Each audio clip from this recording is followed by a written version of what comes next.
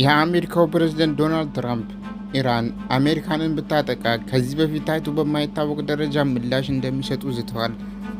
በኢራንና በአሜሪካ መካከል የሚደረገውን የኒውክሌር ድርድር ያለ ስምምነት ተቋጭቷል እና ዶናልድ ትራምፕ መሬቶቻችን ጥቃት ቢደርስባቸው ከዚህ በፊት ታይቶ በማይታወቅ መልኩ ምላሽ እንደሚሰጡ ዝተዋል።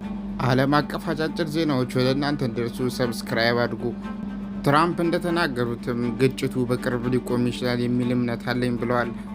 79 ዓመታቸውን እያከበሩ ባሉበት ሁኔታ ዶናልድ ትራምፕ ደስታቸውን የሚያፈርስ ግጭት ተፈጥሯል። እናም ዶናልድ ትራምፕ እንዲህ አሉ። ኢራን አሜሪካንን ማጥቃት አይደለም ብታስበው እንኳን አይታ የማታውቀው አጸፋ ምላሽ ይሰጣታል።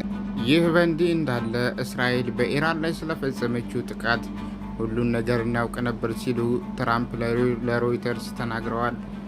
ትራምፕ የእስራኤል ጠቅላይ ሚኒስትር ቤንያሚን ኔታንያሁን የእስራኤልን ጥቃት እንዲያዘገዩ ደጋግመው ገፋፍተው ነበር።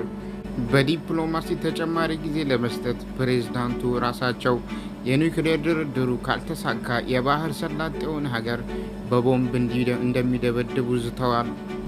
ሰሞኑን በተከታታይ በሚዲያ ቃለ መጠይቆች ላይ በጣም ጥሩና በጣም የተሳካ በማለት በእስራኤል ጥቃት ዙሪያ እስራኤል በኢራን ውስጥ ተከታታይ ጥቃቶችን ለመውሰዷን በመደገፍ የቴህራንን የኒውክሌር መርሃ ግብር ወደ ኋላ ለመመለስ ወታደራዊ ኃይል ለመቀበል ፈቃደኛ መሆኗን አሳይቷል።